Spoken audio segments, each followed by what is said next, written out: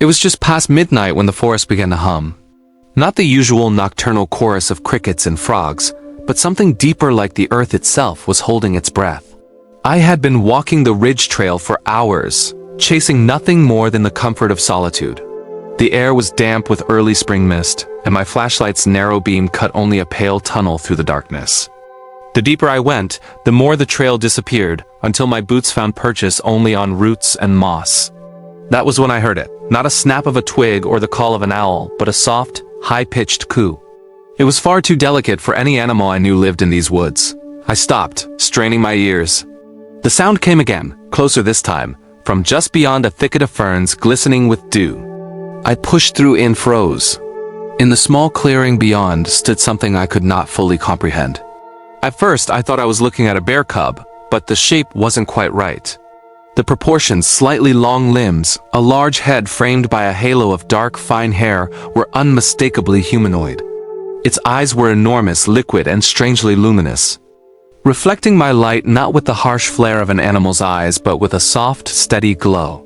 The creature tilted its head, studying me with the unguarded curiosity you sometimes see in human infants. And then it did something I will never forget. It stepped forward and reached out a small, fur-covered hand. I didn't move. My heart thumped not from fear, but from an overwhelming sense of being regarded, chosen, even. Slowly, hesitantly, I extended my own hand. Its fingers curled around mine with surprising warmth, the touch feather-light yet deliberate. There was trust in that gesture, and in a way that defied logic, there was an unspoken invitation. Without a sound, the infant turned and began to walk, glancing back to be sure I followed. I did, each step sinking me deeper into the mystery that had opened before me. We moved off the ridge trail entirely, down narrow corridors between ancient cedars whose trunks rose like cathedral columns. A low-hanging fog clung to the ground, and every so often a flicker of movement like fireflies, but slower, more deliberate, illuminated the undergrowth. After perhaps 10 minutes, I realized the forest's usual sounds had stopped altogether. It was not silence exactly, but something more profound, a stillness that carried its own resonance.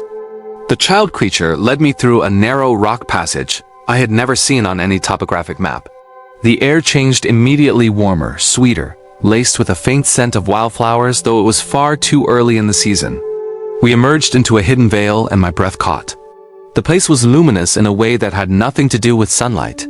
Soft bioluminescence radiated from mossy stones, casting pale blue and green light across a meadow ringed by towering trees whose bark seemed to shimmer faintly. A stream, impossibly clear, wound through the center, its surface reflecting 1,000 tiny sparks like drifting stars. The air seemed to hum not in sound, but in feeling, a gentle vibration through my bones, as if the land itself was alive and aware. And then I saw them, shadows moving among the trees, tall and graceful, their shapes echoing the infant's form but larger, their eyes carrying the same deep, tranquil glow. They did not approach menacingly, nor did they hide. Instead, they stood in silent acknowledgement, their expressions unreadable but somehow kind. I had no doubt I was looking at the family, perhaps even the tribe of the young one who had found me. The infant let go of my hand and scampered toward them, greeted by low, thrumming sounds that seemed to vibrate in the air. It glanced back one last time, and in that gaze I understood something that will remain with me for the rest of my life. I was being shown not just a secret place, but the truth that the world is far bigger, more wondrous than the maps and measures of human knowledge allow. I longed to stay, to step deeper into their hidden world. But one of the tall figures, perhaps the elder, raised a hand in a gentle, unmistakable gesture. It was time for me to leave. A pang of disappointment passed through me, followed quickly by gratitude. Some doors remain open only for a moment.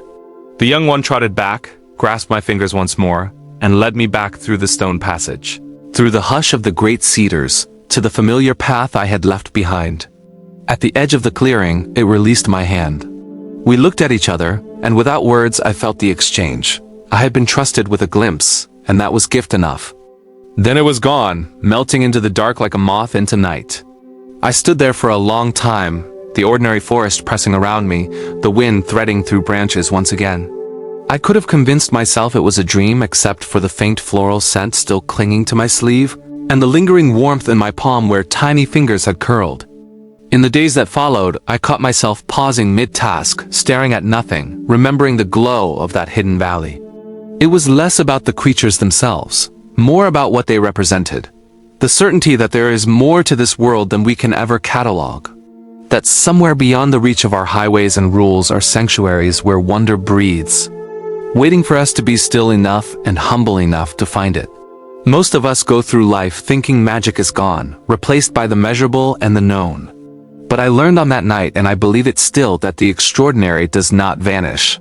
It simply waits, deep in the wild, for those moments when the right paths cross, and when courage takes the shape of an outstretched hand. And if you are ever walking in the woods and hear a sound that doesn't belong, a sound both strange and gentle, pause. Listen. The world may be closer to touching you back than you think.